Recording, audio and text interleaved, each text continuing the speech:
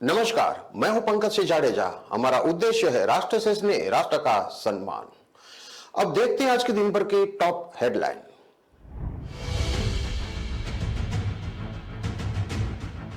वायु प्रदूषण की स्थिति लगातार चिंताजनक। 1 लीटर डीजल से निकलती है 2.5 किलो जहरीली गैस। पटना में दौड़ रही है डीजल से चलने वाली 3700 गाड़ियां।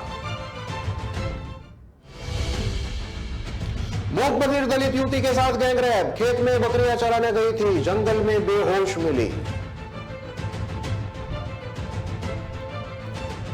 9 राज्यों की 500 लड़कियों को फंसाया। ऐप के जरिए लड़कियों से दोस्ती करता गैंगस्टर। शादी का झांसा देकर रिलेशन बनाए।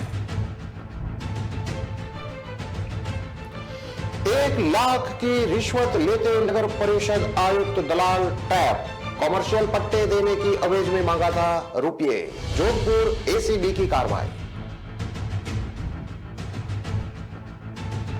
लंदन व्हीकल की तरह संगम व्हीकल बनेगा। प्रयागराज में मेट्रो लाइन, रोपवे तैयार होंगे। 7,800 करोड़ का होगा महाकुंभ 2025।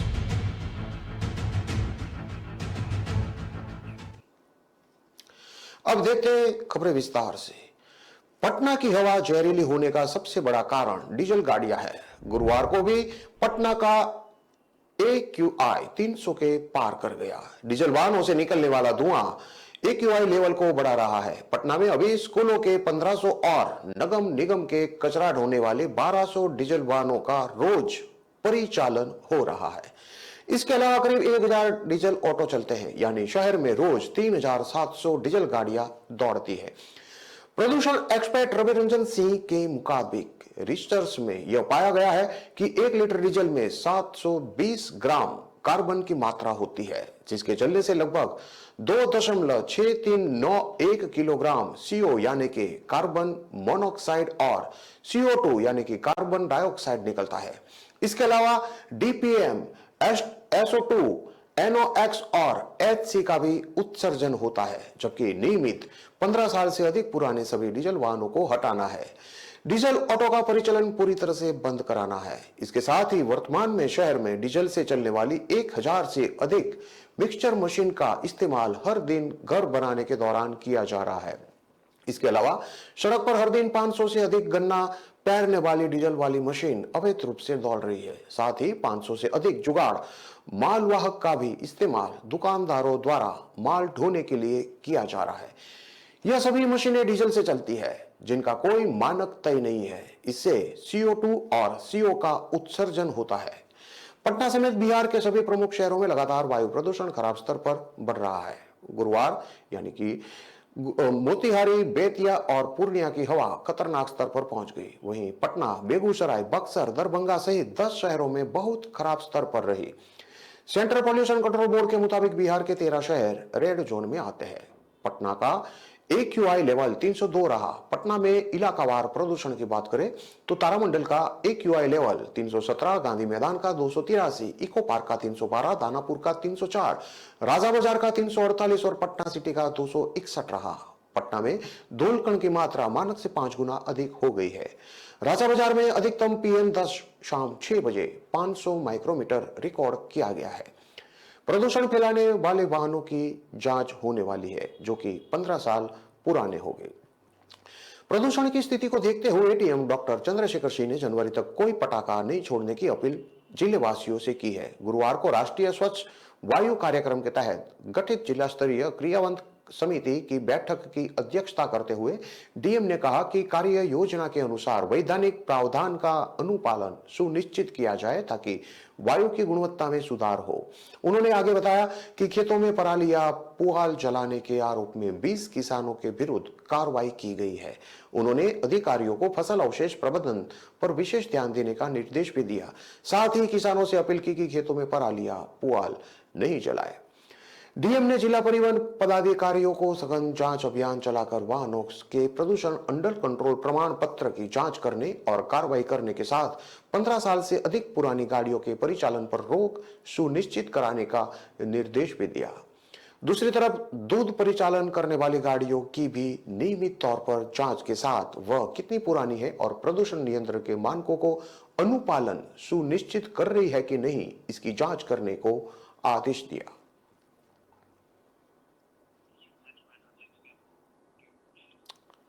प्रदेश में एक के बाद एक गैंगरेप के मामले बढ़ते जा रहे हैं। एक और ऐसा मामला सामने आया है जहां बदमाशों ने मूक बधिर दलित युवती के साथ गैंगरेप किया। खून से लथपथ हालत में परिजन देर रात उसे हॉस्पिटल लेकर पहुंचे। मामला सामने आने के बाद पुलिस भी मौके पर पहुंची। मामला बाड़मेर जिले के धोरी मन्ना थाना इलाके का है। पुलिस को परिजनों से मिली रिपोर्ट के मुताबिक गुरुवार को शाम करीब 4 बजे मूक बधिर युवती जो कि 20 साल की है, वो स्कूल के पास में बकरियां चराने के लिए गई थी। तभी एक सफेद बोलेरो कैंपर लेकर सड़क के किनारे रुका। इसमें 2-4 युवक उतरे और खेत में बकरियां चार रही युवती के मुंह पर हाथ रखकर वन विभाग के एरिया की दीवार के पीछे ले जाकर युवती को बारी बारी से रेप किया।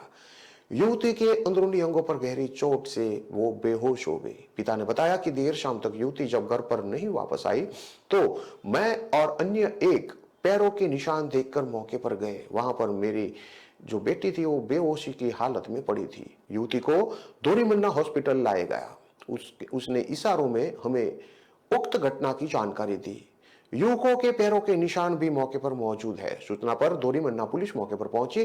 दोरीमन्ना थाना अधिकारी सुखराम बिश्नोई के मुताबिक सूचना मिलने के बाद मौके पर हम पहुंचे थे। लोगों से पूछताछ की है। रात को जाने के कारण लोगों से विशेष जानकारी नहीं मिल पाई है। डॉक्टरों द्वारा चेक करने पर गैंग रेप करने जैसी बात सामने आई है। पुलिस ने 4 टीमें बनाकर अज्ञात बदमाशों की तलाश शुरू कर दी है। युवती बोल नहीं पाने के कारण बदमाशों की पहचान नहीं हो पाई है। एफएसएल टीम घटनास्थल पर बुलाया गया है। एसपी दीपक भार्गव के मुताबिक पीड़िता के परिजनों ने रेप की रिपोर्ट मिली है। शुक्रवार को यानी कि आज मेडिकल बोर्ड से मेडिकल करवाया जाएगा। आरोपियों की तलाश शुरू कर दी है। पुलिस का कहना है कि आरोपियों को जल्द ही पकड़ा जाएगा। डॉग स्क्वाड और टेक्निकल टीमें घटनास्थल पर पहुंच गई है। 4-5 टीमें बनाकर आरोपियों की तलाश शुरू करने के साथ ही जल्द आरोपियों को हम पकड़ लेंगे, क्योंकि बच्ची कुछ बोल नहीं पाने के कारण अभी कुछ भी कहना सही नहीं है। मेडिकल रिपोर्ट और मूक बधिर एग्जामिनर से क्लियर करवाने के बाद ही पता चल पाएगा कि बच्ची के साथ आखिर क्या हुआ था। पुलिस के मुताबिक युवती दोरीमन्ना हॉस्पिटल में भर्ती करवाई गई है। डॉक्टर युवती का इलाज कर रहे हैं। डॉक्टरों का कहना है कि पीड़िता खतरे से बाहर है। इस युवती इशारों के जरिए बार बार घटना के बारे में बता रही है।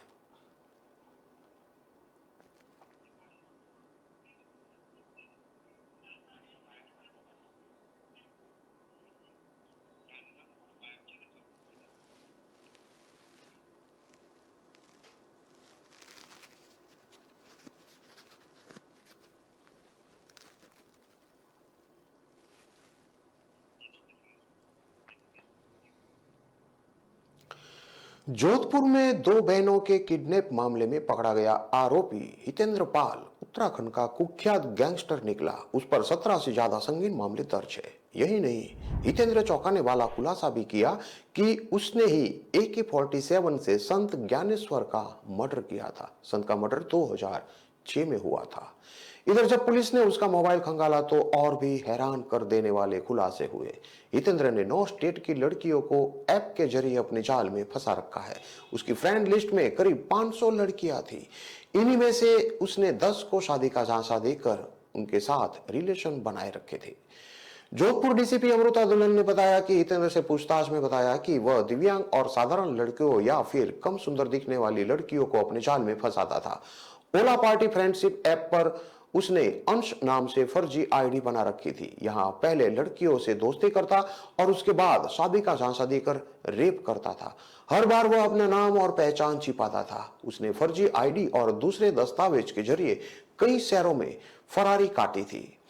लड़कियों के पैसों पर ही वह अय्याशी करता था।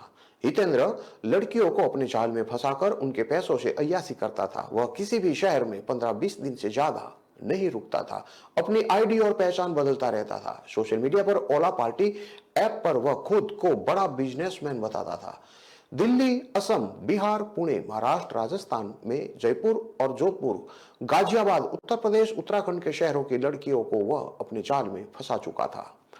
अपराधी इतना शातिर था कि खुद के नाम से कोई सिम या बैंक खाता ऑपरेट नहीं करता था।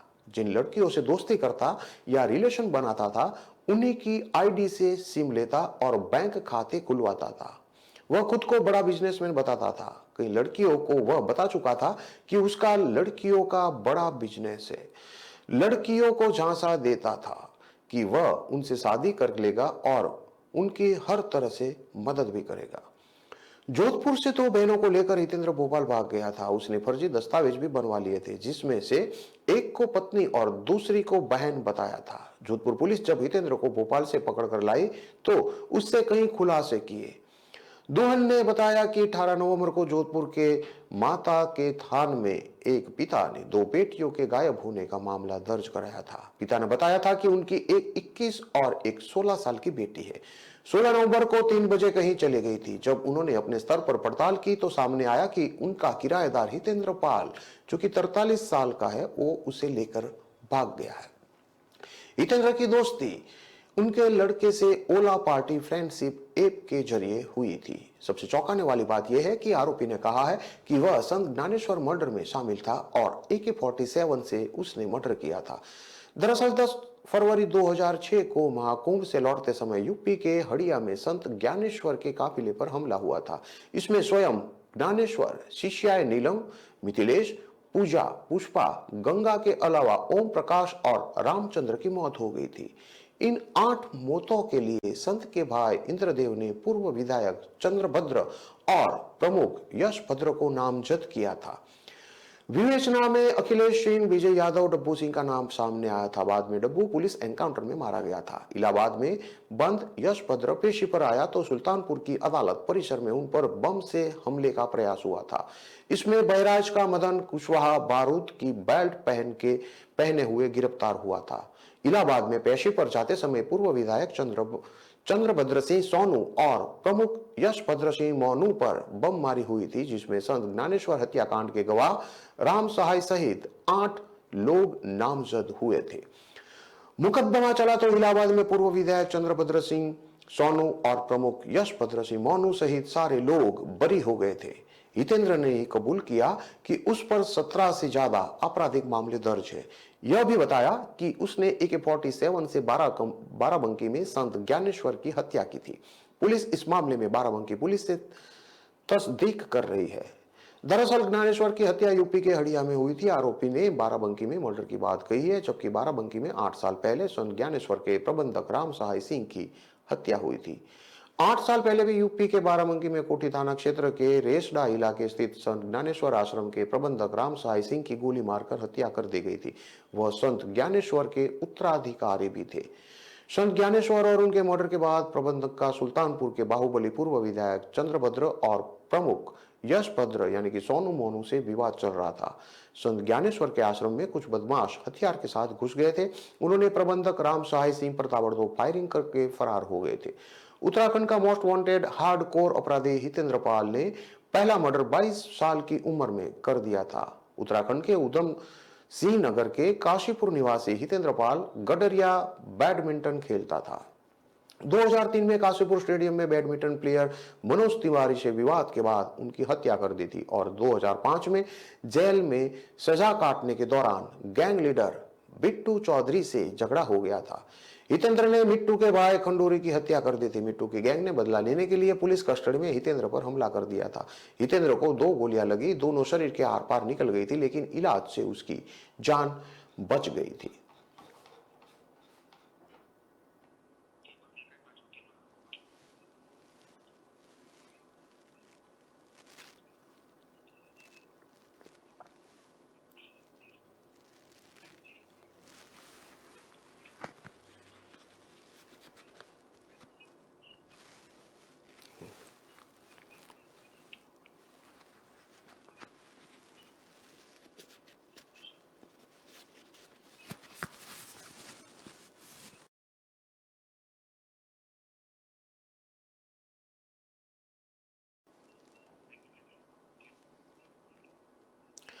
बाड़मेर के बालोतरा में गुरुवार को जोधपुर एसीबी टीम ने ट्रैप की कार्रवाई की, जिसमें नगर परिषद आयुक्त जोधाराम बिश्नोई को 1 लाख रुपए की रिश्वत लेते गिरफ्तार किया। साथ ही आयुक्त ने निजी सहयोगी को भी गिरफ्तार किया। पट्टे देने की एवज में रिश्वत मांगी गई थी। कार्रवाई के दौरान आयुक्त के यहाँ सफाई करने का काम करने वाला एक व्यक्ति रुपये लेकर फरार हो गया, जो अभी तक पकड़ में नहीं आया है।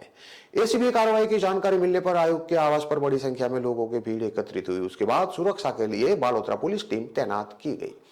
आपको बता दें कि गुरुवार दोपहर करीब 2 बजे परिवादी की शिकायत पर भ्रष्टाचार निरोधक ब्यूरो टीम जिला परिषद आयुक्त ने आवास पर पहुंची। टीम ने रिश्वत लेते आरोपी जोधाराम बिश्नोई को गिरफ्तार किया। साथ ही उनके कब्जे से 1 लाख रुपए भी बरामद किए। फिलहाल टीम ने अभी तक इस संबंध में जानकारी नहीं दी है। एसीबी महानिदेशक भंवरलाल सोनी ने बताया कि एसीबी की स्पेशल यूनिट जोधपुर इकाई को परिवादी ने शिकायत दी थी। बताया कि कृषि भूमि के प्लॉट की लीज डीड जारी करने और व्यावसायिक पट्टा जारी करने की अवेज में आयुक्त जोधाराम बिश्नोई ने दलाल प्रकाश बिश्नोई के माध्यम से 1 लाख रुपए की रिश्वत मांगी थी। नहीं देने पर उसे परेशान कर रहा है।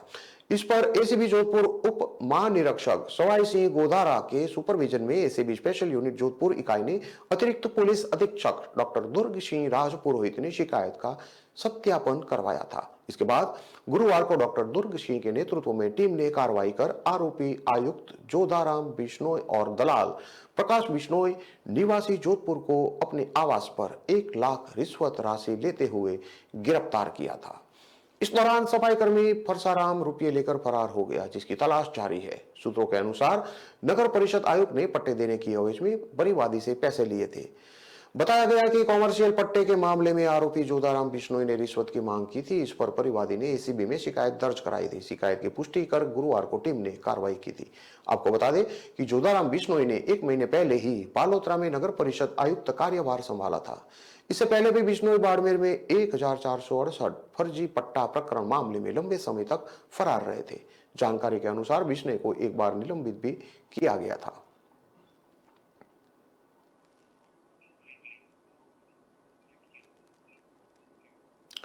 खबरों में लेते हैं अब एक छोटा सा विराम।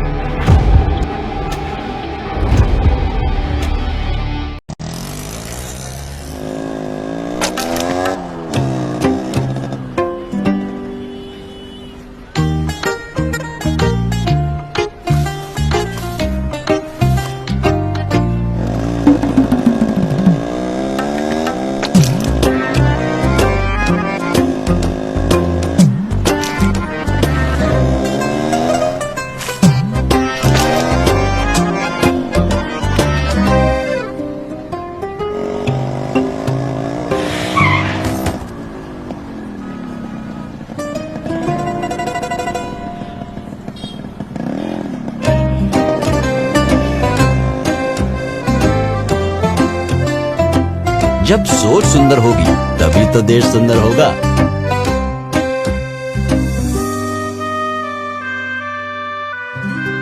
JSW Paints, think beautiful। दिल का परिंदा उड़ चला, अंदाज अपना मन चला, खुद की तो सुन ले, जी भर के जी ले, रुक जाना तू अब ठहर।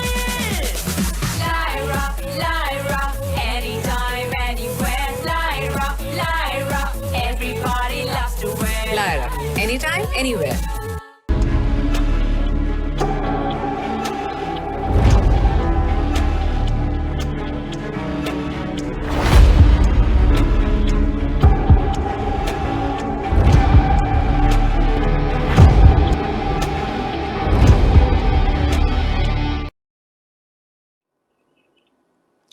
विराम के बाद एक बार फिर से आपका स्वागत है। अब देखते हैं आगे की और खबरें।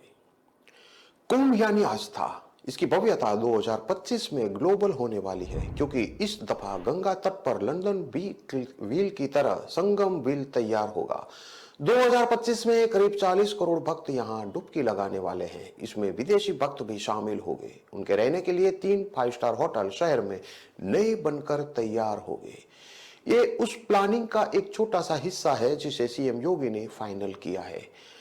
आइए आपको बता दें कि 2025 के महाकुंभ को लेकर किस ब्लूप्रिंट पर काम चल रहा है। इस पहले से जान लीजिए कि 2019 में 24 करोड़ श्रद्धालुओं ने संगम में डुबकी लगाई थी।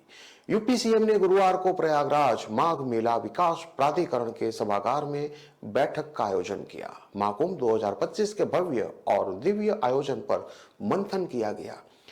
प्रयागराज में 2025 में लगने जा रहे महाकुंभ के लिए 7,800 करोड़ रुपए का बजट रखा गया है। कैबिनेट के 5 मंत्री और अफसर मौजूद रहे। करीब 2 घंटे चली बैठक में महाकुंभ 2025 को ग्रीन बनाने पर मंथन हुआ, यानी स्वच्छता और सुरक्षितता। महाकुंभ से पहले प्रयागराज में मेट्रो लाइन और संगम पर रोपवे भी तैयार हो जाएंगे ताकि शहर के अंदर ट्रैफिक और संगम की भव्यता श्रद्धालु देख सके।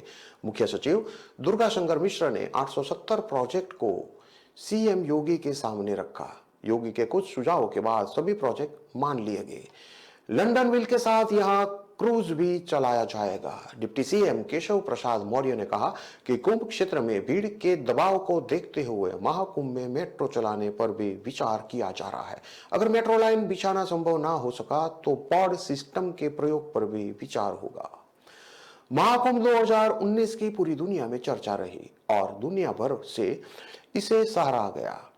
इसे देखने के लिए 113 देशों से लोग आए थे। इस बार यह संख्या बढ़नी तय है। महाकुंभ में 40 करोड़ लोगों के आने का अनुमान लगाया जा रहा है। विदेशी मेहमानों के लिए सरकार ने शहर में 3 5 स्टार होटल बनाने की तैयारी शुरू कर दी है। इसके अलावा टेंट सिटी को पिछली बार से अधिक भव्य स्वरूप दिया जाएगा।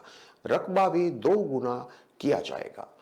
महाकुंभ में श्रद्धालु और पर्यटकों की भीड़ को व्यवस्थित करने के लिए इस बार शहर में 300 से अधिक सड़कों का निर्माण होगा। इसके अलावा जाम की समस्या से बचने के लिए 9 फ्लाईओवर और ROB बनेगी। लंदन की व्हील थेम्स नदी में बनाया गया ऐसा झूलानुमा व्हील है जो वहां जाने वाले पर्यटकों का सबसे बड़ा मनोरंजन और आकर्षण का केंद्र है।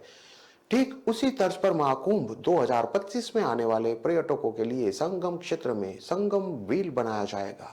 इस बार योगी आदित्यनाथ ने महाकुंभ से पहले गंगा में गिरने वाले सभी नालों को पूरी तरह से बंद करने की हिदायत दी है। महाकुंभ को यूनिक और अविस्मरणीय इवेंट के रूप में आयोजित किए जाने के लिए कहा है।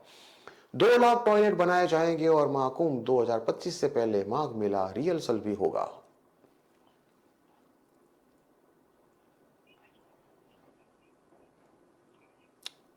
रील्स बनाने का शौक बदमाशों में भी कम नहीं है। कानपुर के जूही में रहने वाले एक शातिर चोर का रील भी वायरल हो रहा है। इसमें वो मुंह में सिगरेट और हाथ में देसी चमचा लेकर हवाई फायरिंग करता दिख रहा है।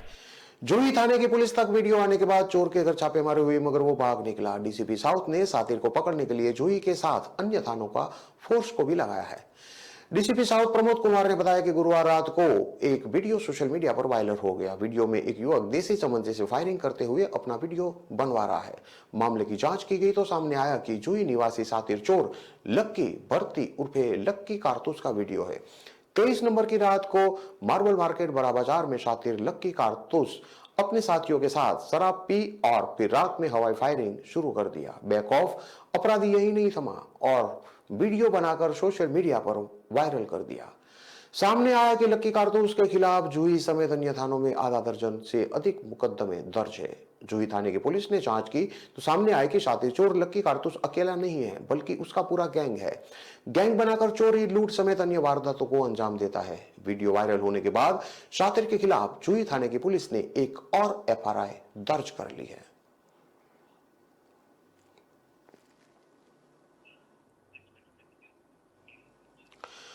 गोरखपुर में एक हैरान कर देने वाला मामला सामने आया है। यहां गोलघर के एक ज्वेलरी शॉप पर कस्टमर बनकर आई एक हाई प्रोफाइल दिख रही महिला ने सोने का हार चोरी कर लिया। चोरी किया गया हार की कीमत 10 लाख रुपए बताई जा रही है।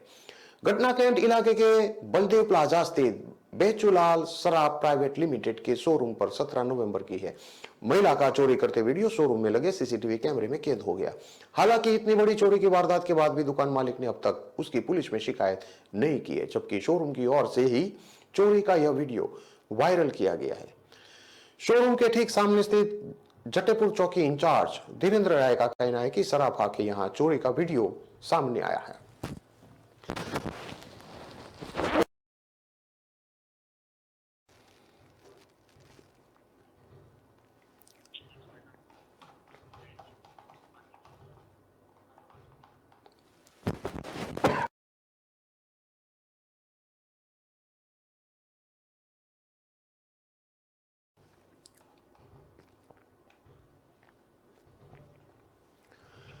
दरअसल बलदेव प्लाजा स्थित बेचूलाल सर्राफा के कर्मचारी के मुताबिक 17 नवंबर को शोरूम में ग्राहकों की काफी भीड़ थी। कई महिला शोरूम में ज्वेलरी की शॉपिंग करने पहुंची थी। इसी दौरान हरे रंग की साड़ी में एक 45 साल की महिला भी पहुंची। महिला चेहरे पर मास्क और आंखों पर काला चश्मा लगाए हुई थी। उम्र और उसकी ड्रेसिंग देखकर किसी को भी अंदाजा नहीं लगा था कि इस तरह की वारदात ये कर सकती है। काउंटर पर पहुंचते ही उसने सेल्समैन से नेकलेस दिखाने की डिमांड की। कर्मचारियों ने उसे नेकलेस सेट दिखाना शुरू कर दिया, लेकिन अभी जैसे ही महिला के सामने 2 सेट के डिब्बे रखे गए, उसने तुरंत एक डिब्बे के ऊपर दूसरा डिब्बा रख दिया और फिर दोनों डिब्बों को एक साथ उठाकर अपनी गोद में रख लिया।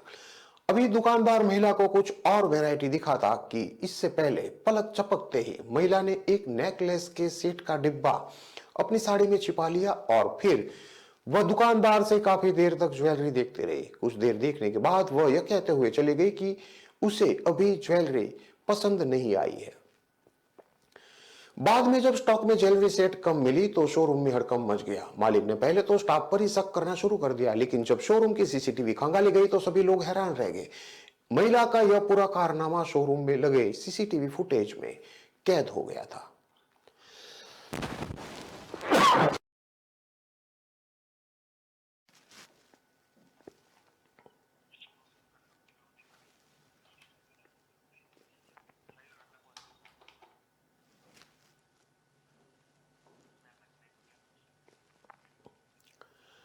इन सभी खबरों को विस्तार से पढ़ने के लिए आप हमारे वेबसाइट का भी प्रयोग कर सकते हैं। हमारा वेब का पता है www.kalamkartavya.com। हमारी कलम ही हमारा कर्तव्य है के उद्देश्य के साथ खबरों को आप राष्ट्र प्रथम के साथ देखते रहिए। नमस्कार।